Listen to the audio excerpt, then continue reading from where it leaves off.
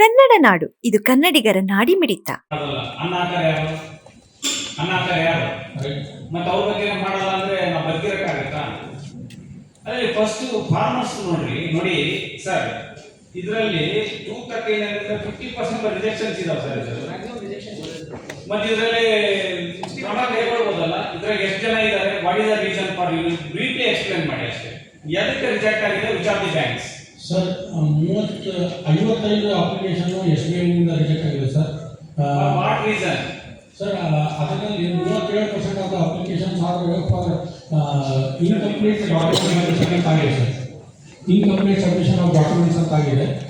ನಾನು ಒಂದು ಪಾಯಿಂಟ್ ಹೇಳ್ತೀನಿ ಸರ್. LDM ಗಿಂತ ಅಗ್ರಿಕಲ್ಚರ್ ಡಿಪಾರ್ಟ್ಮೆಂಟ್ ಇಸ್ ರೆಸ್ಪಾನ್ಸಿಬಲ್ ಅಂತ ಸರ್. ಅಗ್ರಿಕಲ್ಚರ್ ಡಿಪಾರ್ಟ್ಮೆಂಟ್ ಅವರು ಸರಿಯಾಗಿ ಡಾಕ್ಯುಮೆಂಟ್ಸ್ ನೋಡಿ ಅಪ್ಲಿಕೇಶನ್ ಫೈಲ್ ಮಾಡಬೇಕು ಸರ್ ಆಕ್ಟಿವ್ ಆಗಿ.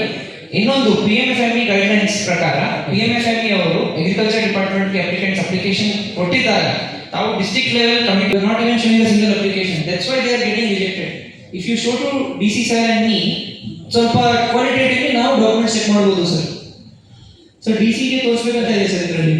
ಸರ್ ಸರ್ವಿಸ್ ಸರ್ ಆನ್ಲೈನಲ್ಲಿ ಏನು ಅರ್ಜಿಗಳು ಬರ್ತಾ ಇರೋಲ್ಲ, ಏನಾಗಿದೆ ಥ್ರೂಔಟ್ ದಿ ಸ್ಟೇಟು. ಈಗ ನಾವು DSC 7 ಅಲ್ಲಿ ಅಂದರೆ ಮೂವ್ ಮಾಡಿ DSC 7 ಪ್ಲೇಸ್ ಮಾಡಿ ಅಂತ ಸರ್. ಗೈಡೆನ್ಸ್ ಪ್ರಕಾರ ಫಸ್ಟು ನಾವು ಅವಾಯ್ಡ್ ಡಿಲೇ ಸಬ್ಮಿಟ್ ಮಾಡಬೇಕು. ಇಲ್ಲಾಂದ್ರೆ ಬ್ಯಾಂಕ್ ಅವರು ಈ ತರ ಎಕ್ಸ್ಕ್ಯೂಸಸ್ ತಗೊಂಡು ರಿಜೆಕ್ಟ್ ಮಾಡ್ತಾರೆ ಅಂತ. ಮೀಟಿಂಗ್ ಆಗಿಲ್ಲ ಸರ್, ನಮ್ಮ ಕಮಿಟಿ ಮುಂದೆ ಇವರು ತಂದಿಲ್ಲ ಅವರು ಕೂಡ. ಈಗಾಗಲೇ ಇನ್ಸ್ಟ್ರಕ್ಷನ್ ಕೊಟ್ಟಿದ್ದೀವಿ. ಎರಡನೇದು ಸರ್ 75% ಆಫ್ ರಿಜೆಕ್ಷನ್ಸ್ ಇವರು ದಾಖಲಾತಿ ಇಲ್ಲ ಅಂತ ಹೇಳ್ತಾರೆ. ಬ್ಯಾಂಕರ್ಸ್ ಆರ್ ಸೋ ಇದು ಅವರಿಗೆ ಒಂದು ಸ್ವಲ್ಪ ಮಾನವೀಯತೆ ಇಲ್ಲ, ಅಷ್ಟು ಇನ್ಸೆನ್ಸಿಟಿವ್ ಆಗಿ ಇದ್ದಾರೆ. ಅಟ್ಲೀಸ್ಟ್ ಆ ಫಾರ್ಮರ್ಗೆ ಅಥವಾ ಇಲಾಖೆಗೆ ಇಂಥ ಡಾಕ್ಯುಮೆಂಟ್ಸ್ ಇಲ್ಲ ಅಂತ ಒಂದು ಆಪರ್ಚುನಿಟಿ ಕೊಡ್ಬೋದಿತ್ತು ಇವರು. ಅದು ಕೂಡ ಕೊಡ್ತಾ ಇಲ್ಲ. They have rejected 88. ಬಳ್ಳಾರಿಯಲ್ಲಿ ಫುಡ್ ಪ್ರೊಸೆಸಿಂಗ್ ಸೆಕ್ಟರಲ್ಲಿ ನಮ್ಮಲ್ಲಿ ಮೆಕ್ಕೆಜೋಳ ಇದೆ, ಭತ್ತ ಇದೆ, ಅದೇ ರೀತಿ ನಮಗೆ ಮೇಜರ್ ಚಿಲ್ಲಿ ಇದೆ. ಆದರೆ ಪ್ರೊಸೆಸಿಂಗ್ ಸೆಕ್ಟರ್ ಇನ್ನೂ ಕೂಡ ನಮ್ಮಲ್ಲಿ ವೈಬ್ರೆಂಟ್ ಆಗಿ ಬರಲೇ ಇಲ್ಲ.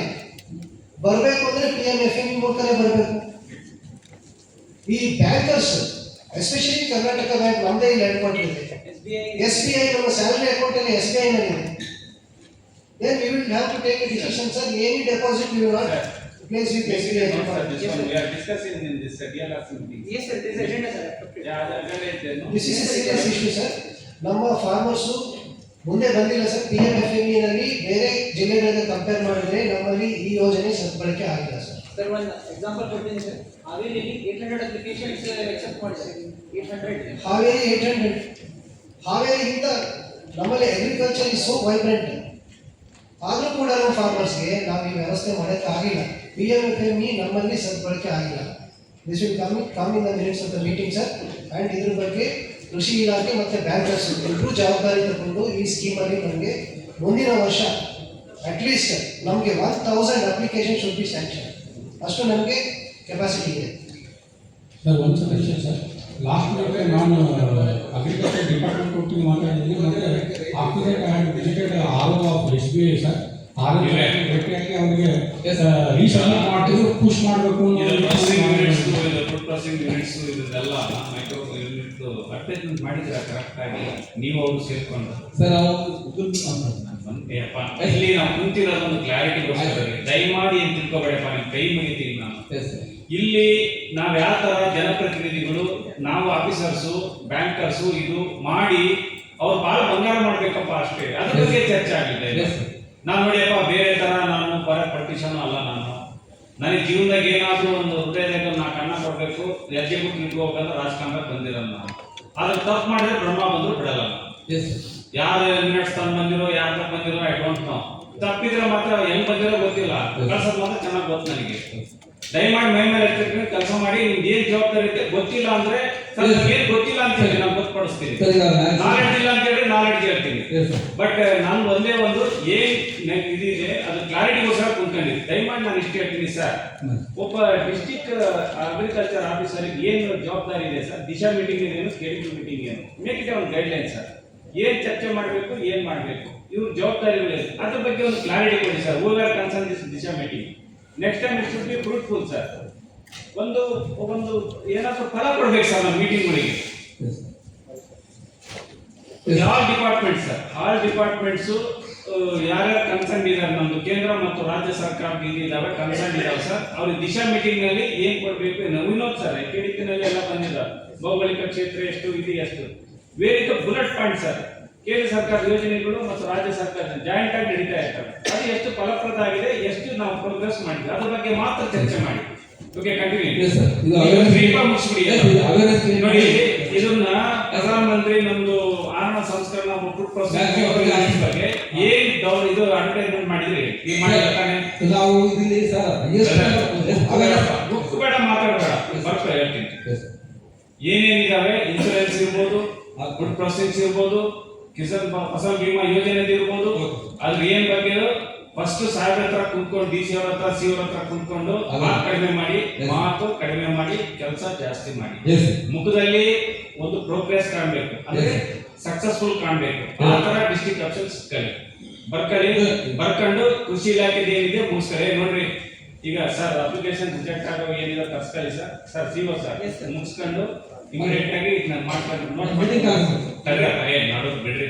ಯಾಕ್ರಿ ಮೈಕ್ ಸಿಕ್ಕದನ್ನ ಮಾತಾಡ್ತೀವಿ ಸರ್. ನೋಟ್ ಮಾಡ್ತೀನಿ. ಈಗಾಗಲೇ SBI ಆರೋಪಕ್ಕೆ ಕಳಿಸಿದ್ರಿ ಸರ್. ರಿಜೆಕ್ಟ್ ಆಗಿರೋ ಅಪ್ಲಿಕೇಶನ್ ಪುನಃ ಒಂದ್ಸಲ ರೀಕನ್ಸಿಡರೇಷನ್ ಮಾಡಿದ್ರೆ ಸರ್, ರಿವೆರಿಫಿಕೇಶನ್ ಆಯ್ತು. ಈಗ ಹಾರ್ಟಿಕಲ್ಚರ್ ಮಿಷನ್ ಅಣ್ಣ ಒಂದು ನಿಮಿಷ ಸ್ವಲ್ಪ ಅಣ್ಣ ಇದು ಮಾತಾಡಿ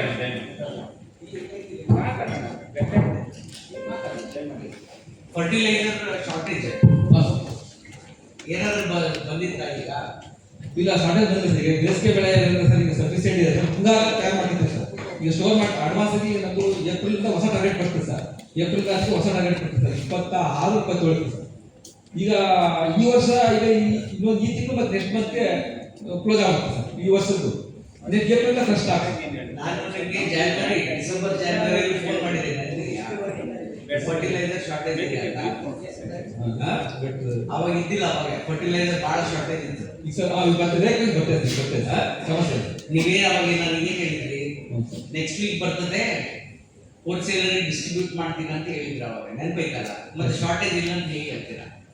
ಅಲ್ಲ ಅವಾಗಂದ್ರೆ ಸರ್ ಇಮಿಡಿಯೇಟ್ ಖಾಲಿ ಆಗಂತೆ ಬರ್ತಾ ಇರ್ತದೆ ಸರ್. ಈ ವರ್ಷ ಹಿಂಗಾರು ಬೇಸಿಗೆಗೆ ನಮ್ಗೆ ಸಫಿಸಿಯೆಂಟ್ ಇದೆ ಸರ್. ಯಾಕಂದ್ರೆ ನಮ್ಗೆ ಹೋಲ್ಸೇಲ್ ಹತ್ರ ರಿಟೇಲ್ ಹತ್ರ ದಾಸ್ತಾನು ಲಭ್ಯತೆ ಸರ್. ಸ್ಟಾಕ್ ಚಾಯ್ಸ್ ಬಂದಿದೆ ಸರ್. ಬೇಸಿಗೆ ಇದೆ ಸರ್. ಈಗ ಇದೆ ಸಫಿಷಿಯೆಂಟ್ ಇದೆ. ಇದೆ ಕ್ರಿಯೇಟ್ ಮಾಡಿ ಸರ್. ಅದೇ ರೀತಿ ಮಾನ್ಯ ಸಡ್ಡೂರು ಗ್ರಾಮ ಶಾಸಕರು ಮಾತನಾಡ್ತಾ ಏನು ಸಡ್ಡೂರು ತಾಲೂಕಿನಲ್ಲಿ ಆಹಾರ ಧಾನ್ಯಗಳನ್ನೇ ಹೆಚ್ಚಿನ ಪ್ರದೇಶದಲ್ಲಿ ಬೆಳೀತಾ ಇದ್ದಾರೆ. ಅದ್ರ ಬದಲಾಗಿ ಏನು ಆಹಾರ ಅಂದ್ರೆ ಕಮರ್ಷಿಯಲ್ ಕ್ರಾಪ್ಸ್ ಬೆಳೀತಾ ಇದ್ದಾರೆ. ಆಹಾರದ ಧಾನ್ಯಗಳನ್ನ ಬೆಳೆಯೋದ್ರ ಬಗ್ಗೆ ಅವೇರ್ನೆಸ್ ಕ್ರಿಯೇಟ್ ಮಾಡಿ ಅಂತಕ್ಕಂಥ ಸೂಚನೆಯನ್ನ ನಾವು ನೀಡಿದ್ವಿ ಸರ್. ಅದ್ರ ಪ್ರಕಾರ ನಾವು ಏನು ಆಕ್ಷನ್ ತಗೊಂಡಿದ್ದೀವಿ ಸರ್. ಈಗಾಗಲೇ ನಾವು ಆಹಾರ ಧಾನ್ಯ ಬೆಳೆಗಳಂತ ಭತ್ತ, ರಾಗಿ, ಮುಸ್ಲಿಂಜೋಳ ಮತ್ತೆ ದ್ವಿದಳ ಧಾನ್ಯ ಬೆಳೆಗಳು, ಇತರ ಬೆಳೆಗಳನ್ನ ಇವೆಲ್ಲವನ್ನೂ ಸಹ ಬೆಳೆಯ ವಿಚಾರದಲ್ಲಿ ಮತ್ತೆ ಅಧಿಕಾರಿಗಳಿಂದ ನಾವೇನು ಇದು ಪಡೆತಕ್ಕಂಥ ನಿಟ್ಟಿನಲ್ಲಿ ಸುಮಾರು DATS ನಲ್ಲಿ 21 ತಂಡಗಳಲ್ಲಿ ಮತ್ತು ಒಂದು ಬ್ಯಾಚ್ಗೆ 35 ಇರ್ತದೆ ಸರ್. 21 ತಂಡಗಳಲ್ಲಿ ನಾವು ತರಬೇತಿಯನ್ನು ಕೊಟ್ಟಿವಿ ಸರ್ DATS ನಲ್ಲಿ ಸರ್. ಇದ್ರ ಬಗ್ಗೆ ನಾವು ಮನವರಿಕೆ ಮಾಡ್ಕೊಡ್ತೀವಿ ಸರ್ ರೈತ ಬಂಧುಗಳಿಗೆ. ಅದೇ ರೀತಿ ಅವೈಜ್ಞಾನಿಕ ಈಗ ಬಳಕೆ ಮಾಡೋದ್ರ ಬಗ್ಗೆ ರೈತರಲ್ಲಿ ಅವೇರ್ನೆಸ್ ಕ್ರಿಯೇಟ್ ಮಾಡಿ ಅಂತ ಅದನ್ನು ಸಹ ನಾವು ಹೇಳಿದ್ವಿ ಸರ್. ಅಲ್ಲಿ ಏನಾಗಿದೆ ಸರ್, ನಾವು ಸುಮಾರು 7,500 ಕರಪತ್ರಗಳನ್ನ ಮುದ್ರಣ ಮಾಡಿ ನಾವೇನು ಹೆಚ್ಚಿನ ಪ್ರಮಾಣದಲ್ಲಿ ರೈತ ಬಾಂಧವರು ಯೂರಿಯಾವನ್ನ ಬಳಕೆ ಮಾಡಕ್ ಹೋಗ್ಬೇಡಿ. ಇಲ್ಲಿ ಯೂರಿಯಾನೇ ಹೆಚ್ಚಿನ ಪ್ರಮಾಣದಲ್ಲಿ ಬಳಕೆ ಮಾಡ್ತಾರೆ. ಭತ್ತ ಆಗ್ಬೋದು ಅಥವಾ ಮುಸ್ಲಿಂಜೋಳ ಆಗ್ಬೋದು, ಈ ಬೆಳೆಗಳಿಗೆ ರೆಕಮೆಂಡೇಶನ್ ಹೆಚ್ಚಿನ ಪ್ರಮಾಣದಲ್ಲಿ ಬಳಕೆ ಮಾಡ್ತಿರೋದ್ರಿಂದ ಸೊ ಅದನ್ನ ಹೆಚ್ಚಾಗಿ ಬಳಕೆ ಮಾಡಿದ್ರೆ ಏನು ವಾತಾವರಣದ ಏನು ದುಷ್ಪರಿಣಾಮ ಬೀರ್ತದೆ, ಗ್ರೌಂಡ್ ವಾಟರ್ ಏನು ಕುಲುಷಿತಗೊಳ್ತದೆ, ಮತ್ತೆ ಪೋಷಕಾಂಶಗಳ ಅಲಭ್ಯತೆ ಅಂದ್ರೆ ಲಭ್ಯತೆ ಕಡಿಮೆ ಆಗುತ್ತದೆ. ಮತ್ತೆ ಇದರಿಂದ ಸಾವಯವ ಗೊಬ್ಬರಗಳನ್ನು ಬಳಕೆ ಮಾಡಿಕೊಂಡು ಕಾಂಪ್ಲೆಕ್ಸ್ ಗೊಬ್ಬರಗಳನ್ನು ಬಳಕೆ ಮಾಡಿದ ನಿಟ್ಟಿನಲ್ಲಿ ಕರಪತ್ರಗಳನ್ನ ಮುದ್ರಣ ಮಾಡಿ ಸುಮಾರು 7,500 ನಾವು ತಾಲೂಕು ಹಂಚಿಕೆ ಮಾಡಿದ್ವಿ ಸರ್. ಇದಿಷ್ಟು ನಮಗೆ ಇದರಲ್ಲಿ ಅನುಪಾತ ಇದೆ ಸರ್. ಇದು ಮೀಟಿಂಗ್ ಮತ್ತೆ ಅಜೆಂಡಾ ಪ್ರಕಾರ ಮಾಹಿತಿ ಮಂಡಿಸ್ತೀವಿ ಸರ್. ಈಗ ನಮ್ಮ ಜಿಲ್ಲೆಯು ಈಗ PM ಕಿಸಾನ್ ಯೋಜನೆ ಸರ್ ಈಗ ಎಷ್ಟು ತಿಂಗಳು ಬಾಕಿ ಇದೆ ಸರ್? ಈಗ ಒಂದು ಕಂತು ಬಾಕಿ, ಈ ವರ್ಷದ್ದು 25-26 ಒಂದು ಕಂತು ಬಾಕಿ ಇದೆ ಸರ್. ಈಗ ಅದ್ರಿಗೆ ಅದು ಏಪ್ರಿಲ್ ಬರ್ತದೆ ಸರ್. 4 ಮಂತ್ ಕೊಟ್ಟಾರೆ ಸರ್. ಓಕೆ ಸರ್ ಒಂದು ತಿಂಗಳು ಬಾಕಿ ಇದೆ. ಒಂದು ಕಂತು ಸರ್. 2 ಕಂತು ಕೊಟ್ಟಿದೆ ಸರ್. 2 ಕಂತು ಈ ಪಾವತಿ ಆಗಿದೆ ಸರ್. ಸುಮಾರು 29 ಕೋಟಿ ಪಾವತಿ ಆಗಿದೆ ಸರ್. ಮೊನ್ನೆ ನಾನು ಕೆಡಿಪಿನಲ್ಲಿ ಚರ್ಚೆ ಮಾಡ್ತಾ ಇದ್ದೆ ಸರ್. ಈ ಇನ್ಸೂರೆನ್ಸ್ ಬಗ್ಗೆ ಅವೇರ್ನೆಸ್ ಆಗ್ತಾ ಇಲ್ಲ ನಮ್ಮ ಜಿಲ್ಲೆನಲ್ಲಿ ಸರ್. ಇನ್ಸೂರೆನ್ಸ್ ಬಗ್ಗೆ ಅದ್ರದ್ದು ಅವೇರ್ನೆಸ್ ಆಗ್ತಾ ಇಲ್ಲ ಸರ್. ಸೊ ಅದ್ರ ಬಗ್ಗೆ ಇವತ್ತಿಗೆ ಏನ್ ಪ್ರೋಗ್ರೆಸ್ ಆಗಿದೆ ಅದ್ರ ಬಗ್ಗೆ ಬೆಳೆಸಿಲ್ಲ. ಆಯ್ತು ಅದು ಹೇಳ್ತೀನಿ. ಈಗ ಮುಂಚೆ ಭತ್ತ ಜಾಸ್ತಿ ಇತ್ತು, ಈಗ ಕಡಿಮೆ ಆಗಿದೆ ಸರ್. ಕಡಿಮೆ ಇವತ್ತು ಆಗಿತ್ತು, ಇವತ್ತು ಕಡಿಮೆ ಆಗಿದೆ ಸರ್. ಯಾಕಾಯ್ತು ಅನ್ನೋದ್ರ ಬಗ್ಗೆ ಅದು ಹೇಳ್ತೀನಿ ಸರ್. ಇಲ್ಲಿ ಬರ್ತದೆ ನೆಕ್ಸ್ಟ್ ಪೀಪಲ್ ಬರ್ತದೆ ಸರ್. ಈಗ ಆಗುತ್ತೆ ಸರ್. ಈ ಒಂದು ಕೃಷಿ ಬೇಸಿಕ್ ಮಾಹಿತಿ ಬಗ್ಗೆ ಹೇಳ್ತಾ ಅಲ್ಲಿಂದ ಮಾಡಿಸ್ತಾ ಹೋಗುತ್ತೆ ಸರ್. ಒಂದು ಜಿಲ್ಲೆಯು ಒಂದು ಕೃಷಿ ಪ್ರಧಾನವಾಗಿದ್ದು ಸರ್ ನಮ್ಮ ಮುಂದೆ ಹೇಳೋದು ನಮ್ಗೆಲ್ಲ ಗೊತ್ತಿದೆ Yes. ಸರ್. ಎಲ್ಲ ಡಾಟಾ ಇದರಲ್ಲಿದೆ. ಎಸ್ ಎಸ್ ಫಸ್ಟ್ ಸರ್ ಈಗ ಹೌದು ಸರ್. ಕೇಂದ್ರ ಸರ್ಕಾರದಿಂದ ರಾಜ್ಯ ಸರ್ಕಾರದಿಂದ ಏನ್ ಬರ್ಬೇಕಾಗಿತ್ತು ಏನ್ ಪೆಂಡಿಂಗ್ ಇದೆ. ಹೌದು ಸರ್. ನಮ್ಮ ಲಾಸ್ಟ್ ಟೈಮ್ ಭತ್ತ ಪ್ಯಾಡಿ ಅದೆಲ್ಲ ಮಳೆಯಿಂದ ಎಲ್ಲದು ಡ್ಯಾಮೇಜ್ ಆಗಿತ್ತು. ಅದು ಪರಿಹಾರ ಎಷ್ಟು ಬಂದಿದೆ ಎಷ್ಟಿದೆ, ಈಗ ಎಷ್ಟು ಕ್ರಾಪ್ ಬಂದಿದೆ, ಆಮೇಲೆ ಇನ್ಸೂರೆನ್ಸ್ ಬಗ್ಗೆ ಏನು. ಹೌದು ಸರ್. ಈಗ ಕೇಂದ್ರ ಸರ್ಕಾರದ್ದು ರಾಜ್ಯ ಸರ್ಕಾರದ್ದು ಎಲ್ಲಿ ಫಂಡ್ಸ್ ಬಂದಿಲ್ಲ ಏನ್ ಬಂದಿಲ್ಲ, ರೈತರಿಗೆ ಏನ್ ತೊಂದರೆ ಅನುಭವಿಸ್ತಾ ಇದ್ದಾರೆ. ಎರಡನೇದು ಮೆಕ್ಕೆಜೋಳದ ರೇಟ್ ಕಡಿಮೆ ಆಗಿದೆ, ಖರೀದಿ ಕೇಂದ್ರ ಯಾವತ್ತು ಮಾಡಬೇಕು, Yes. ಅದರಲ್ಲಿ ನಾನೇನ್ ಪಾರ್ಲಿಮೆಂಟ್ ಅಲ್ಲಿ ರೈಸ್ ಮಾಡಬೇಕು, Yes. ಜೊತೆಗೆ ಜೋಳ ಖರೀದಿ ಏನ್ ಮಾಡಬೇಕು ಅದ್ರ ಬಗ್ಗೆ ಮಾಡಬೇಕು. ನೆಕ್ಸ್ಟ್ ಹಿಂಗಾರು ಬೆಳೆಗಂತ ಈ ಸರಿ ಇಲ್ಲ, ಡ್ಯಾಮ್ ಖಾಲಿ ಆಗಿದೆ ಈ ಸರಿ ಅಂತಿಲ್ಲ. ಹೌದು. ಪಂಪ್ಸೆಟ್ಗಳಿಗೆ ಎಷ್ಟು ಗೊಬ್ಬರ ಕೊಡಬೇಕು ಏನ್ ಕೊಡಬೇಕು ಅದ್ರ ಬಗ್ಗೆ ಬ್ರೀಫ್ ಹಂಗೆ ಕ್ಲೋಸ್ ಎಸ್ ಮಾಡಿ. Yes sir. ನಿಮ್ಗೆ ಒಳ್ಳೇದು ನಮ್ಗೆ ಒಳ್ಳೇದು. Yes. ಯಾಕಂದ್ರೆ ಒಬ್ಬ MP ಅವರಿಗೆ ಜನಪ್ರತಿನಿಧಿ ಏನ್ ಮಾಹಿತಿ ಕೊಡ್ಬೇಕು ಅದು ಕೊಡ್ಬೇಕು ಸರ್. ಅದು ಎಸ್ ಎಸ್ ಅದ್ರ ಬಗ್ಗೆ ಮಾತ್ರ ಬೆಳೆಯುತ್ತಿಲ್ಲ. Yes, sir. ಅಷ್ಟು ಮಾತಾಡ್ತಾರೆ. ಸರ್ ಈಗ ಬೇಸಿಕ್ ಮಾಹಿತಿಗೆ ಹೋಗಲ್ಲ ಸರ್. ಲಾಸ್ಟ್ ಅದಲ್ಲೇ ಮಂಡನೆ ಮಾಡಿದೆ ಸರ್. ಈಗ ಈ ಬಾರಿ ಮಳೆ ನಮಗೆ ಚೆನ್ನಾಗಿ ಆಗಿದೆ ಸರ್. ಈಗ 599 ಮಿಲಿಮೀಟರ್ಗೆ 528 ಎಷ್ಟು ಎಕರೆಗೆ ಆಗಿತ್ತು, ಎಷ್ಟು ಕ್ರಾಪ್ ಬಂದಿದೆ ಮೆಕ್ಕೆಜೋಳ, ಆಯ್ತು. ಎಷ್ಟು ದಾಸ್ತಾನು ಇದೆ, Okay. ಅದ್ರ ರೇಟ್ ಕಡಿಮೆ ಆಗಿದೆ. ಅದರಲ್ಲಿ ಏನಾದ್ರು ಏಜೆಂಟ್ಗಳು ಇವತ್ತಿನ ದಿನ ಮೆಕ್ಕೆಜೋಳ ಎಲ್ಲ ಕಾಯ್ತಾ ಇರ್ತಾರೆ ಕಳ್ಳರು. Yes sir. ಏನಂದ್ರೆ ಮೆಕ್ಕೆಜೋಳ ಕರೆಕ್ಟ್ ಆಗಿ ಭತ್ತ ಬಂದ್ಬಿಟ್ರೆ ಭತ್ತ ನಾವು ಬಂದಿವಿ ಅಂತ ತಗೊಳೋದು. ಹಾಂ ಸರ್. ಆಮೇಲೆ ಮೊಬೈಲ್ ಸ್ವಿಚ್ ಆಫ್ ಮಾಡ್ಕೊಂಡು ಮೇಡಮ್ ಇದು ಒಂದಿದೆ ಮೇಡಮ್, ಈಗ ದೌಸದಾನ ಬೆಳೀತಾರಲ್ಲ ಮೇಡಮ್, ಜಾಸ್ತಿ ಈ ಸರಿ ಬಂದಿದೆ ಮೇಡಮ್. ಅವರು ಕೆಲವು ದಲ್ಲಾಳಿಗಳು ಬರ್ತಾರೆ ಮೇಡಮ್, ಈ ಗಂಗಾವತಿ ಲಾಸ್ಟ್ ಟೈಮ್ ಪ್ಯಾಡಿಡ್ ಆಗಿತ್ತು, ಸ್ವಿಚ್ ಆಫ್ ಮಾಡ್ಕೊಂಡು ಓಡೋಗ್ಬಿಟ್ಟ ಮೇಡಮ್. Yes. ಅದೊಂದು ಒಂದು ಅವೇರ್ನೆಸ್ ಮಾಡಿ ಮೇಡಮ್, ದಯಮಾಡಿ ಮೇಡಮ್. ಈಗ ಏನಾಗುತ್ತೆ ಮೇಡಮ್, ಈ ಕ್ರಾಪ್ ಬರ್ತಾ ಇದೆ ಮೇಡಮ್, ಆ ಏಜೆಂಟ್ಸ್ ನಡುವೆ ಬಂದು ತಗೊಂತಾರೆ ಮೇಡಮ್. ಫಸ್ಟ್ ದುಡ್ಡು ಚೆನ್ನಾಗಿ ಕೊಡ್ತಾರೆ, ಆಮೇಲೆ ಸ್ವಿಚ್ ಆಫ್ ಮಾಡ್ಕೊಂಡು ಹೋಗ್ಬಿಡ್ತಾರೆ ಮೇಡಮ್. ಸೊ ಅಂತವು ಬಂದಾಗ ಇದು ಅಗ್ರಿಕಲ್ಚರ್ ಆಮೇಲೆ ನಮ್ಮ ಪೊಲೀಸ್ ಇಲಾಖೆ ಮೆಸೇಜ್ ಕೊಡ್ಬೇಕು. ಯಾರು ಕೂಡ ಸರ್ಕಾರದ್ದು ಅದು ಇದು ಮಾಡೋ ಮಟ್ಟ ಯಾರು ಮಾಡಿ ಬಂದಿದೆ, ಟೋಟಲ್ ಎಷ್ಟು ಬಂದಿದೆ, ಎಷ್ಟು ನಾವು ಖರೀದಿ ಕೇಂದ್ರ ತೆಗಿಬೇಕು, ನಾವೇನು ಮಾನ್ಯ ಮುಖ್ಯಮಂತ್ರಿ ಗಮನ ತರಬೇಕು, ನಾನೇನು ಮಾತಾಡ್ಬೇಕು ಪಾರ್ಲಿಮೆಂಟ್. ಆಯ್ತು ಸರ್. ಈಗ ಅಷ್ಟೇ ಸರ್. ಮಳೆ ಈ ಬಾರಿ ಆಗಿರೋದ್ರಿಂದ ಎಷ್ಟು ಟೋಟಲ್ ಸರ್ ಮಳೆ ನಮಗೆ 599 ಮಿಲಿಮೀಟರ್ 28 ಬಂದಿದ್ದು ಸುಮಾರು 88% ಮಳೆ ಆಗಿತ್ತು ಸರ್. ಇದರಿಂದಾಗಿ ಈ ಬಾರಿ ನಮಗೆ ಉತ್ತಮವಾಗಿ ಏರಿಯಾ ಕವರ್ ಆಗಿದೆ. ಬಿತ್ತನೆ ಅವಶ್ಯಕ ಕ್ಷೇತ್ರ ನಮಗೆ ಸುಮಾರು 105% ಬಿತ್ತನೆ ಆಗಿದೆ ಸರ್. ಈಗ ಟೋಟಲ್ ಮಳೆ ಆಧಾರಿತ ಎಲ್ಲ ಸೇರಿ 1 ಲಕ್ಷದ, ಭೌಗೋಳಿಕ ಕ್ಷೇತ್ರ ಇದು 4,43,000, ಅರಣ್ಯ ಕ್ಷೇತ್ರ ಬಿಟ್ಬಿಡಿ, ಸಾಗುವಳಿ ಲಭ್ಯವಿಲ್ಲದ ಎಸ್ ಮಳೆ ಆಶ್ರಿತ ಇರುತ್ತೆ. ಒಟ್ಟಾರೆಯಾಗಿ ನಮ್ದು ಬಳ್ಳಾರಿ ಜಿಲ್ಲೆಯಲ್ಲಿ ಎಷ್ಟು ಸಾಗುವಳಿ ಕ್ಷೇತ್ರ ಇದೆ ಸರ್? ಸರ್ ನಮಗೆ ಭೌಗೋಳಿಕ ವ್ಯವಸ್ಥೆ 2,89,000. 2,80,520 ಸಾಗುವಳಿ ಮಾಡ್ತೀವಿ ಸರ್. ಇದರಲ್ಲಿ ಏನೇನ್ ಬೆಳೆ ಬಂದಿದೆ ನಮ್ಮಲ್ಲಿ? Yes sir. ಇದರಲ್ಲಿ ಆಯ್ತು. ಇದರಲ್ಲಿ ನಮಗೆ 2,81,000 ನಮ್ಮ ಕೃಷಿ ಆಧಾರಿತ 1,73,704 ಬರ್ತದೆ. ಹೌದು. ಅದರಲ್ಲಿ ಎಷ್ಟು ಬೆಳೆ ಬಂದಿದೆ? ಹೌದು ಸರ್. ಅದಕ್ಕೆ ಈಗ ಜೋಳ ಎಷ್ಟು ಬಂದಿದೆ, ಜೋಳ ಖರೀದಿ ಅಂದ್ರೆ ಏನ್ ಮಾಡ್ಬೇಕು, ಯಾವ ರೇಟ್ ಬಂದಿದೆ, ಏನ್ ಹೌದು ಮಾಡ್ಬೇಕು ಸರ್.